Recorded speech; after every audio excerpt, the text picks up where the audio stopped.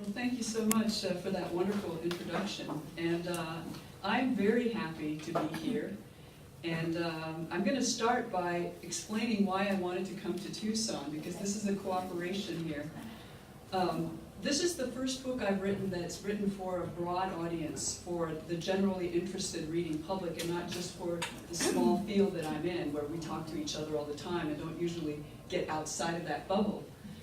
And so it's a special book for me in that sense, and I've dedicated it to two of my teachers from my formative years, one of whom is here with us today. So this is a picture of our little class when I was in 6th grade, and our teacher right here, Sheila Berry Harris, who's been a Tucson public school teacher her whole career. And it's been wonderful for me to be able to kind of tie all these ends together. 2 weeks ago I was in San Francisco, where my high school English teacher lives. She's the other person to whom I dedicated this book. And it's all about the fact that when we as scholars work, we're really privileged. We're allowed to go on these wonderful explorations, and we can play, and in a way we can just kind of stay in that. We can, what's the word, when you're indulging yourself, you know? And that's easy. The hard part is making that into a product that can be passed on to others and to a wider public, to share that with others. And that's what I feel like these teachers taught me. And so that's why I'm here, and let's get going.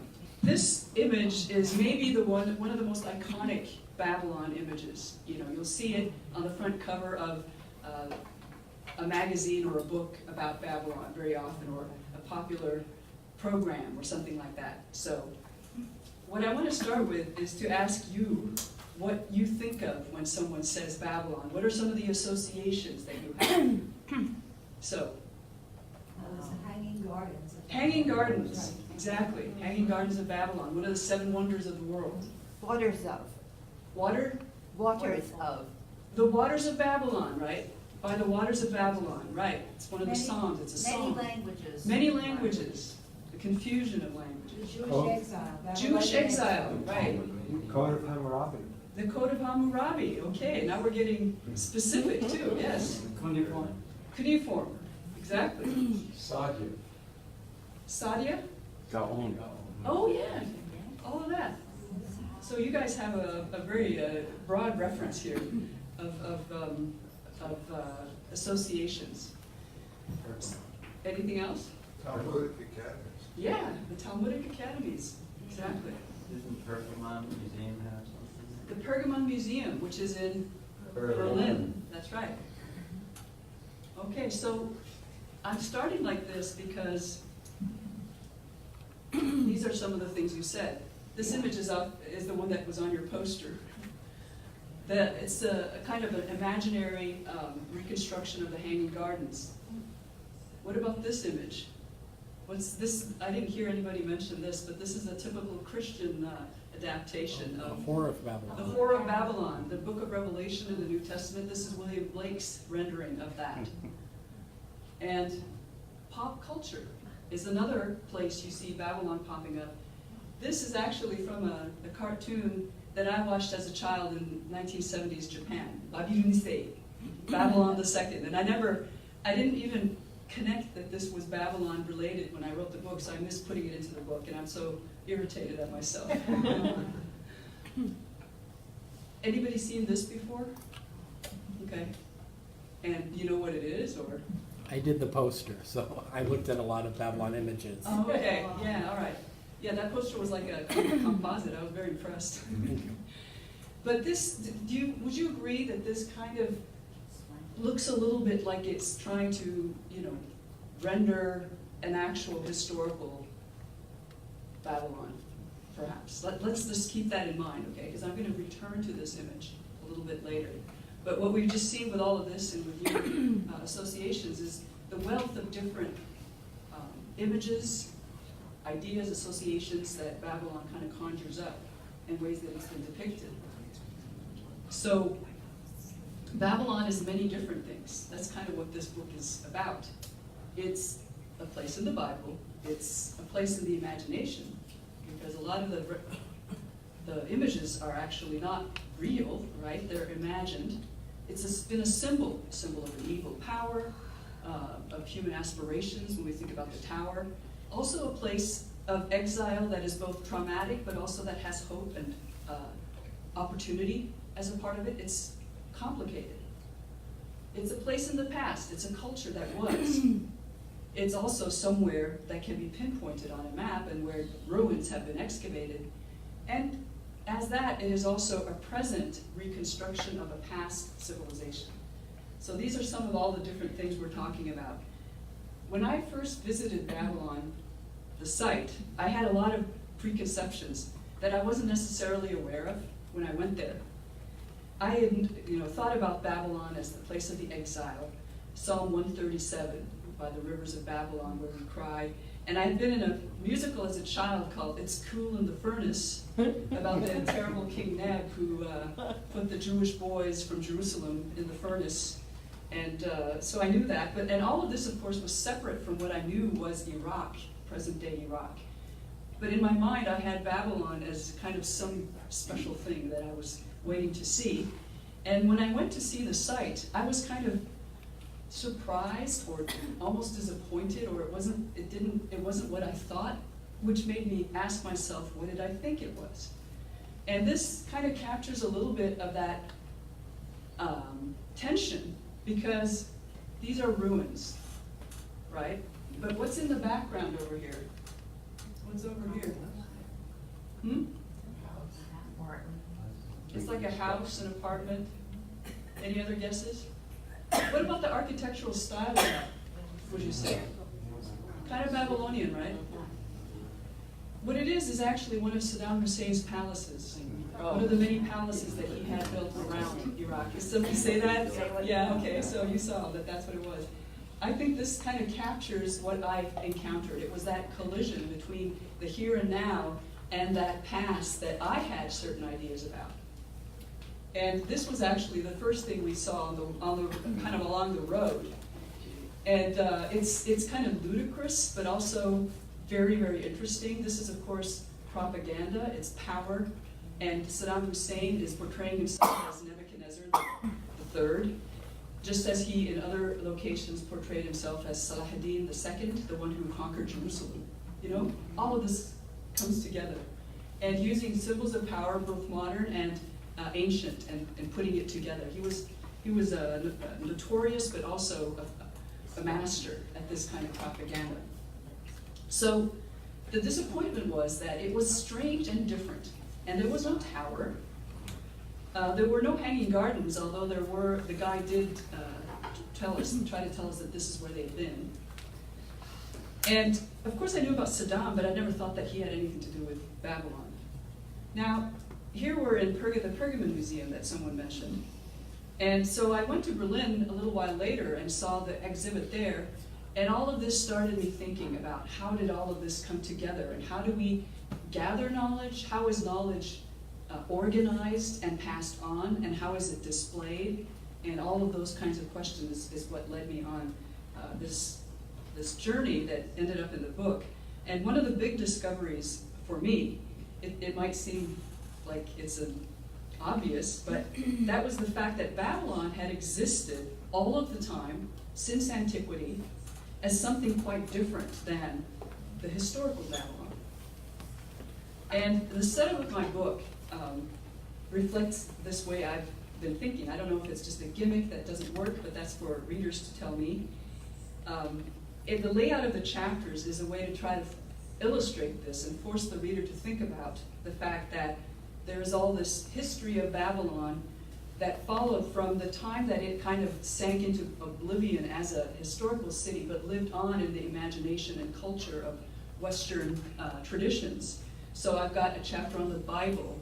I've got a chapter on European illustrations of the Tower, and on the Greeks' Babylon, which became known in Europe only in the 15th century, even though it had been written way long ago. Travelers from the West and their descriptions of what they thought they saw when they went to traveling, and what they saw was usually what they expected to see from what they had read in the biblical prophets, a place that was ruined and that had been punished by God, and where snakes and jackals and ostriches lived. And then it starts to get into the scientific discovery, archaeology, and the discovery of the ruins. And so there's a chapter on all of that. And then it talks about that encounter between the discovered Babylon and that inherited or Babylon of tradition, which I think is so intriguing. So I'm going to try to give you some glimpses of that today. And I'm focusing mostly on the European artwork part because it's what I have the nicest images of from the book. So we start here with the Palermo Cathedral in Sicily. This is late 12th century mosaic, and it is a good example of the way that the tower was displayed in medieval Europe. It was usually square and short and built from stone, even though the Bible actually does provide information about the building materials, which was brick. So it's an example of how art does what it wants. And it is interesting to see, though, that some of the images do reflect innovations in contemporary technology from the time that these images were produced. So we learn about contemporary Europe and its view of things. And it's a beautiful example of a building scene in a building. You know, you can see that it's in a kind of nave area. This is an illustration.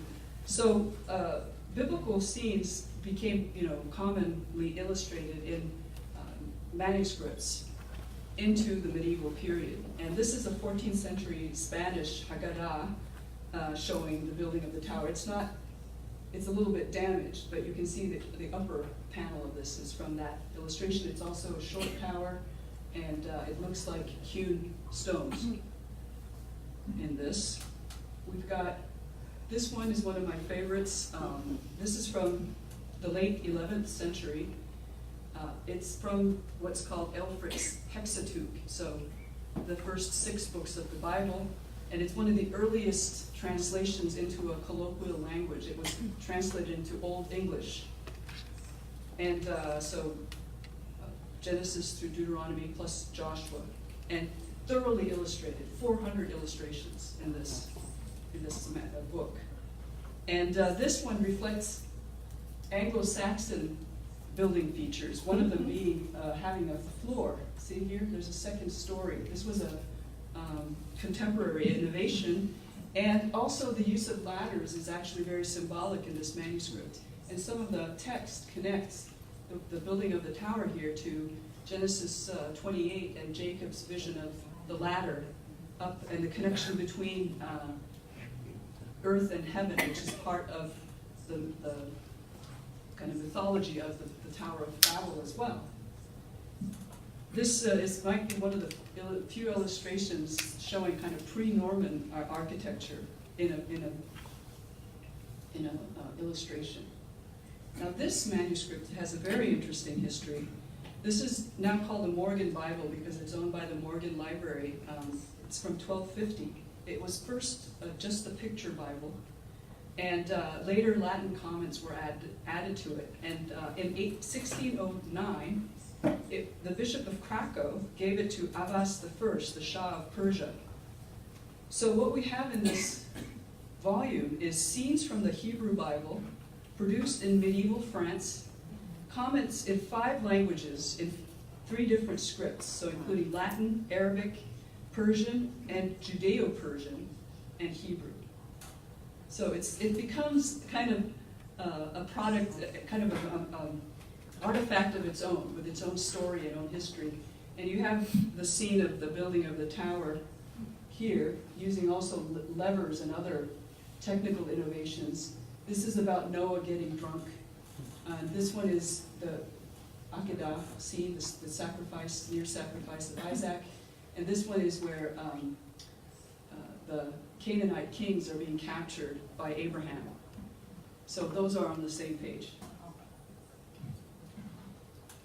This is the final image I'm showing from this series here, this seems different, doesn't it? And this is a intriguing image. It's from a baptistery in Padua, near Venice, northern Italy, by a man called Giusto de Menabuoi. And I've tried to learn more about it, but I'm still searching. But what I think is that this is also from the 14th century. I think that it reflects some of the contacts that Venice had with the East in terms of trade. So that there is an awareness in this image that we haven't seen in the other ones of Babylon being somewhere else, right? Not being foreign, being not European, like all the other towers looked like they could have been in Europe. But here it's more like a ziggurat, which is the Mesopotamian form of it. And the man who is probably Nimrod, the king who commissioned the building of the tower in most of the traditions, is looking foreign somehow, like an Arab or Persian, and so on. So I think that is just super interesting to see. And what it probably reflects is also the fact that the world, and I'm talking about the European world, was expanding at this time. And illustrations came to not just illustrate the Bible, but other books such as Augustine's City of God, which had been written much earlier, but now it became also an object that was being illustrated. There was something called World Chronicles being written at this time, and Speculum, which is like a mirror, but it incorporates a more broadly conceived secular history, so that the Bible isn't the only the Bible is the main source of that history, but there's an idea that the world is larger.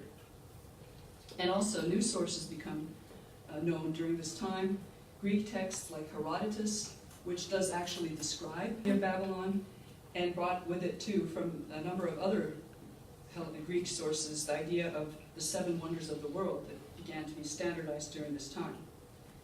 We're still going to follow the tower as an example to show how it's starting to look different. It begins to get taller. The focus isn't so much anymore on the building of it. Architectural features are attempted to be made somehow more correct. There's a reason to believe that the person who made this image knew Herodotus, though it's not exactly following Herodotus' direction, which to make it more like kind of stories. And the Dutch artist Bruegel, whose image we saw at the beginning, knew the creator of this image. We still we have to say that these are works of art, but it reflects some of the deep changes happening in Europe in the 15th, 16th centuries.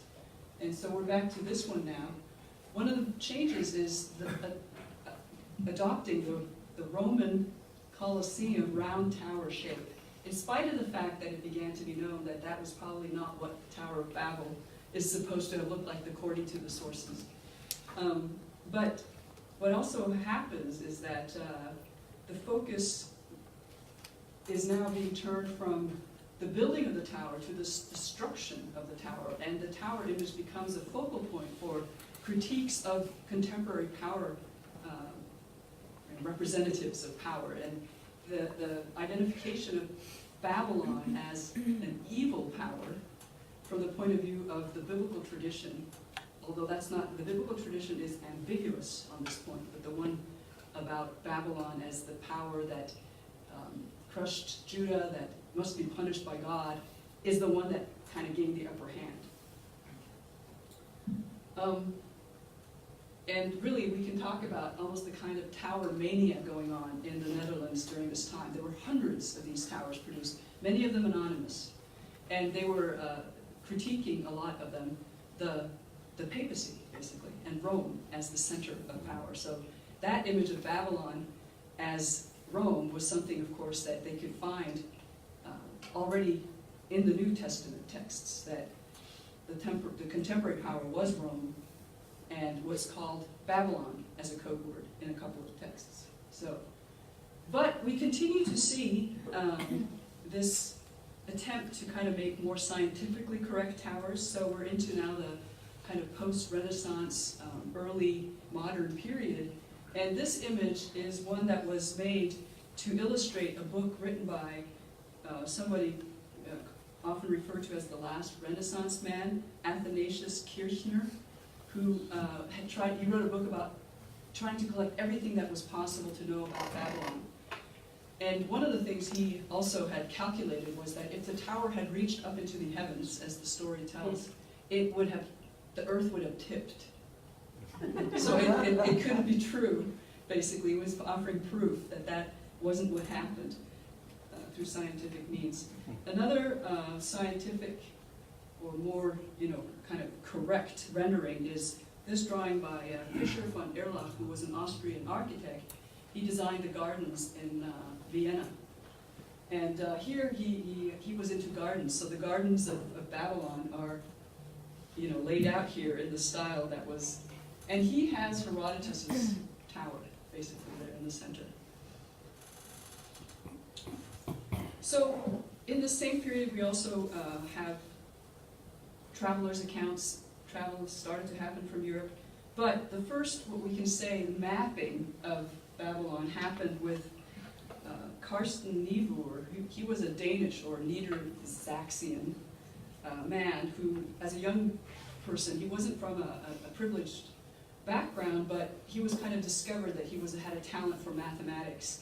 And the Danish king commissioned him and a team of people to go on an expedition from 1761 to 1772. So this is 40 years before Napoleon makes his expedition down the Nile with his team of scientists and kind of brings Egyptomania to Europe.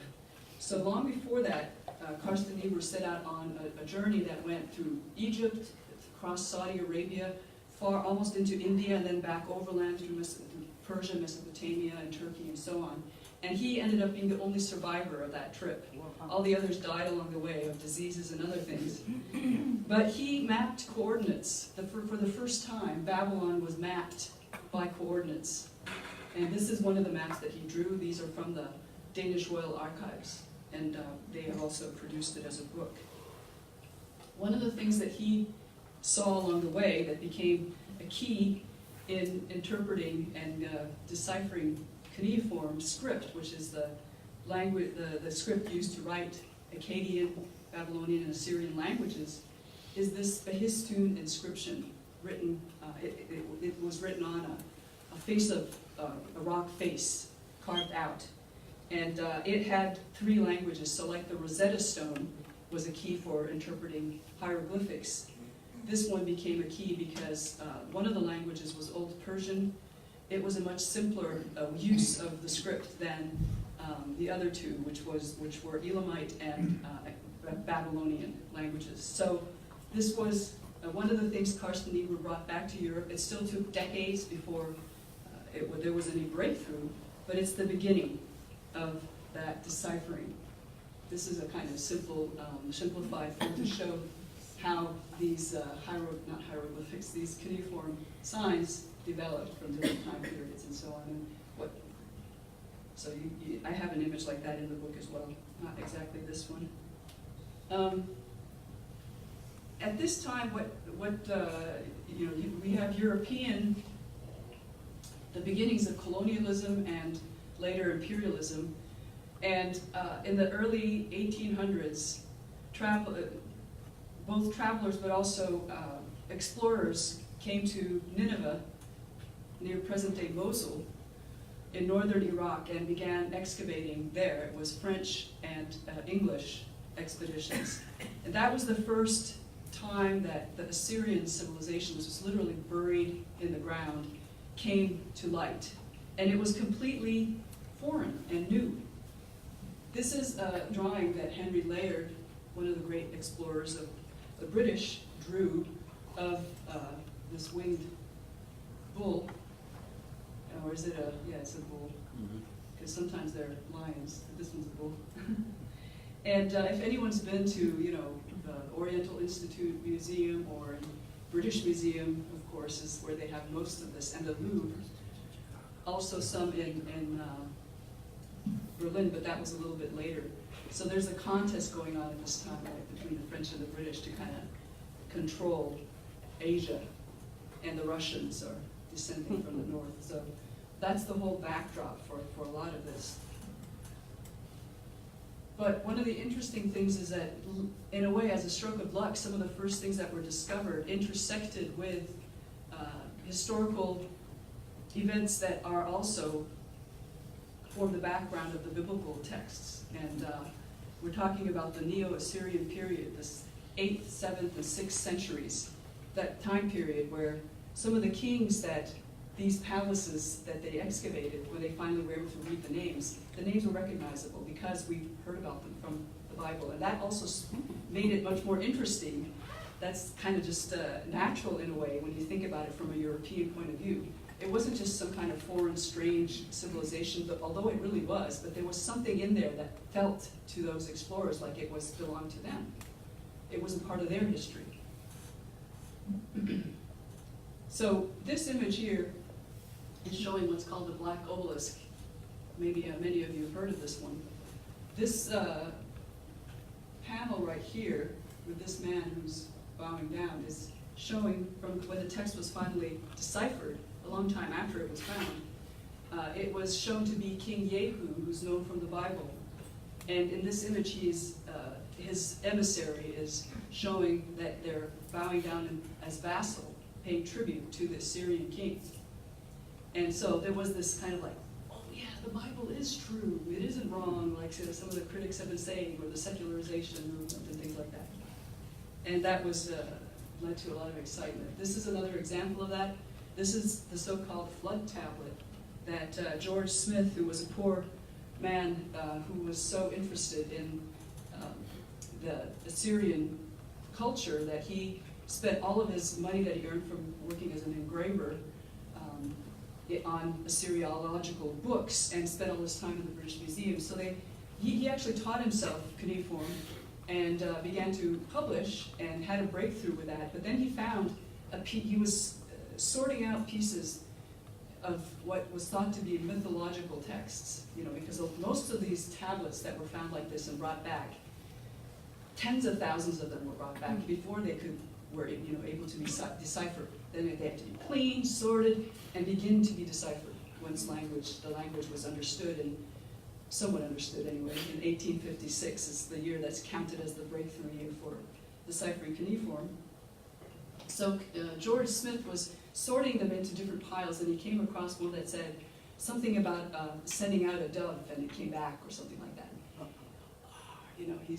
That's like the flood. It's Noah. It's the Babylonian or Chaldean, as it was referred to, that latest period of Babylonian civilization, the Chaldean Genesis. And the records say that he got so excited that he took off his clothes. Now, I read a book written somewhat later than that explains that in Victorian terms that might have meant that he loosened his collar. So, but this was huge, and he presented his findings in a public lecture in 1872, where also the Prime Minister Gladstone was there, and he was somebody that understood and was interested in the ancient past. He himself had published on Homer, and it was welcomed. And the Spectator, a daily newspaper, offered up funding for somebody, the British Academy, to send somebody to find the rest of this, the rest of the Genesis. And they decided that George Smith was going to be the one that they would send, so he went with, I think he had a partner. And unfortunately, they found what they thought was the rest after only a week. So then the funding got pulled, and he had to return.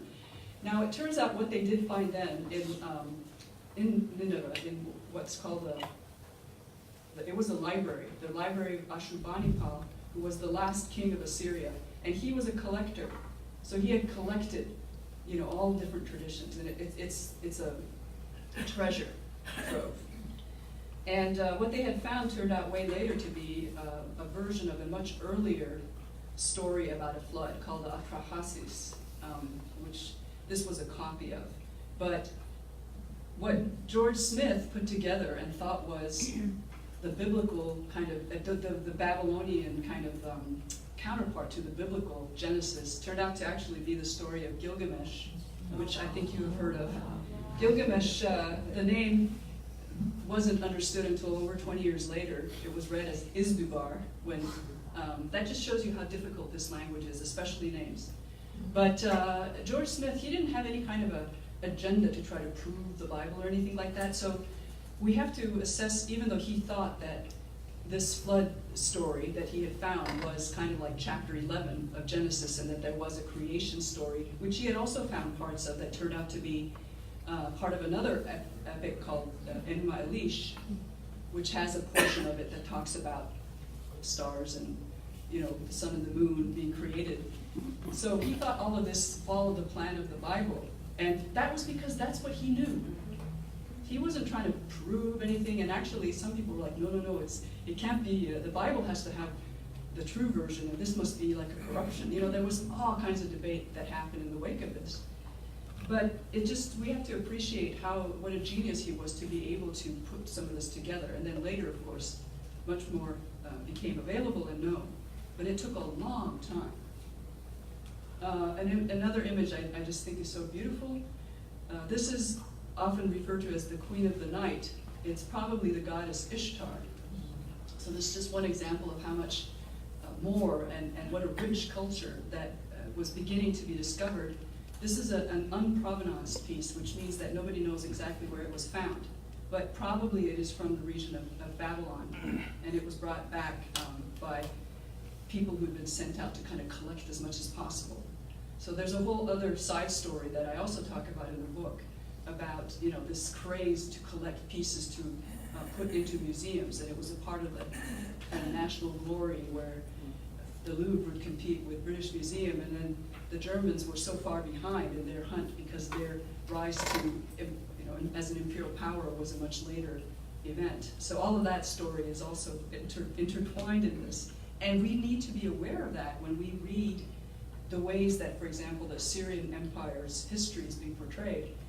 One scholar has shown that there's a lot of that that's actually influenced by ideas about empire that stem from the British Empire period, and maybe are not appropriate in order to understand the ancient empires. So things like that are what I feel is so important to become aware of. So now we're back to this image that I showed you at the beginning. And this image was first published as the frontispiece for the second edition of Henry Layard's presentation of his findings in what he called Nineveh, which actually was Nimrud. But the way that it was presented was, it was said that it was a watercolor based on a sketch by James Ferguson. So as long as this is just kind of looked upon as a piece of art, we can critique whatever we want with it in terms of its artistic quality. But it was actually portrayed as based on a sketch by James Ferguson, and it was put as the first illustration in a book that described findings in an actual archaeological dig, even though it was still very primitive in terms of methodology. So it's being presented as kind of scientific, historical findings. Now, James Ferguson was never there, so first of all, he can't have sketched it. And this doesn't exist anywhere, but in his imagination. So what was he basing that on? Well, we're talking about in the late 1840s that he made this. And this is a little bit dark, but if it had been a little bit easier to see, the skyline over back there also has a tower and other features that I think you can kind of see it right there. There's another tower back here that's more like a pyramid. This is what's called a mezzotint. It's a kind of print that had been made in 1823 by an English landscape artist called John Martin in 1926. And this was distributed very widely. It was very popular.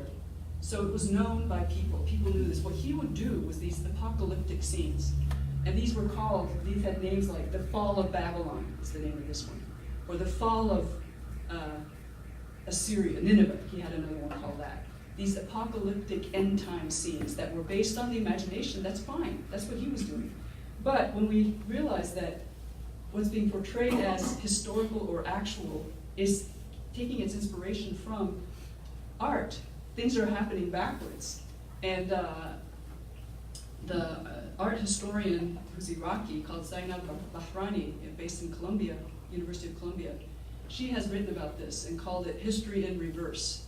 And I think it's a wake-up call for how is knowledge presented and what are the lenses through which material is interpreted, that we need to know about that and be aware of it. And this becomes a little scarier when we find out that James Ferguson was also, he was somebody who wrote an architecture, he was an architect, and he wrote a history of architecture that was based on race theory, which was a big new thing during that time. But he had the idea that the reason why, for example, the Semites' architecture was like this, or he had a few different race categories and described scientific research in relation to that. Things start to get kind of uncomfortable, when we realize all of that. And here are a couple of other striking images that I just wanted to include. So this, anybody know what this tower over here is? This one? Is it familiar to anybody? It's a minaret, that's right. It's a minaret in Samarra in Iraq. It's an Abbasid period minaret. And actually the top of it was damaged by ISIS in 2014. So this one would have been familiar, it would have been seen by travelers or other people for a long time.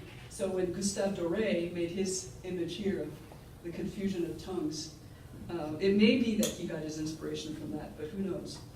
By the way, the thing I always forget to say that many of you know, but kind of fixation with the idea of the destruction of the tower in European art, but in the story, the biblical story itself, it never is destroyed.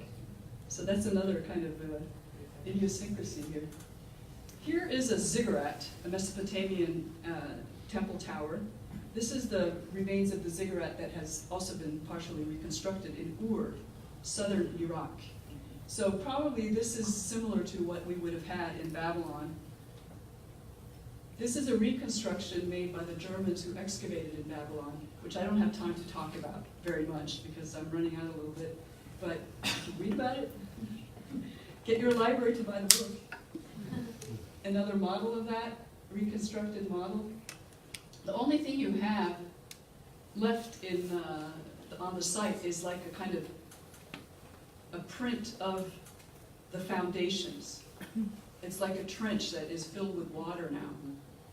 And those bricks were valuable. They were used over. That's what happened probably to the tower. This is what the site looked like when the German excavating team arrived, and they started in 1899. They excavated until 1917, when Germany and their allies, the Ottomans, lost the war, and the British came and took over. But it was a huge expedition that they dug for every day for the first 14 years, with nonstop, and with about at least 200 workers. So it was a huge undertaking, and it was very tedious. There was hardly anything left there. It was all little fragments that were put together in crates and taken to Berlin. So that whole story of how that was reconstructed there is also a very long story. Now this is what I wanted to show you. This is an aerial map, and right there you see the print of the ziggurat. Do you see it there? It's very small, but this is the outer walls of the city. This is where the Nebuchadnezzar's southern palace is. There's some other parts up here that belong to the ancient ruins too. But let's see. I included this because in Germany in 2008 in Berlin there was an exhibit about Babylon, and that was a cooperation between the British Museum, the Louvre, and Berlin. They had it in all three, kind of one after the other. But the one in Germany, they were so fixated on this idea of Babylon as myth and reality, as two separate things. They even had the two exhibits in completely different locations in the museum. And ever since I went there, and even before I went there, I'd been fighting that idea that I thought I saw where people were separating those, because they're inseparable. And the myth part is also real because it has had its history. And whatever the Germans were calling reality, or actually truth, because they would say Wahrheit, which actually means truth more than reality.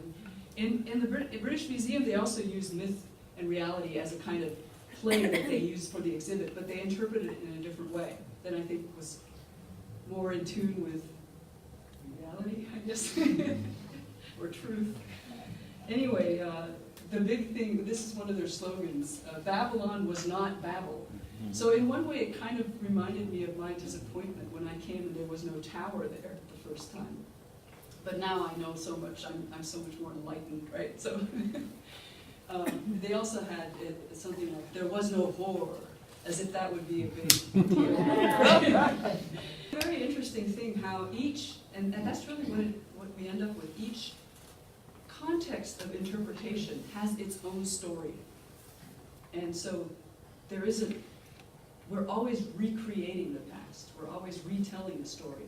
We're not always aware of, I can easily look back at Ferguson and say how wrong he was, but who knows what I'm doing wrong right now? Maybe you have to wait 150 years to find out. So it's kind of humbling. Just a couple of images before I end here. This is what I saw on site of the processional way, which was something I didn't expect or didn't even know about, but which turned out to maybe be one of the most important things that they excavated. This road where a ritual of procession with Marduk, the king of the gods and one of the most important gods of Babylon, was paraded once a year, or maybe twice a year, for a festival. And this is ancient asphalt, those bits and pieces you see there. This is how it's been recreated in Berlin, with the Ishtar symbol, the lion.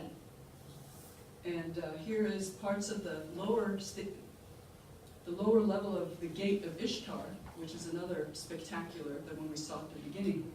We see these reliefs here, and up there we see the foundations that Saddam Hussein built for the return of the gate he wanted to get it back from the Germans. So there's some more reliefs there. This is a drawing of what it may have looked like, also a reconstruction. And here is the Berlin Gate again, how it's been reconstructed there, reminding ourselves of that time that I was there. And here's see, the book is very expensive, unfortunately, but these flyers are available over there, and I suggest you take it to your local library and say, maybe you guys can buy this book. So, thank you. Do you have questions?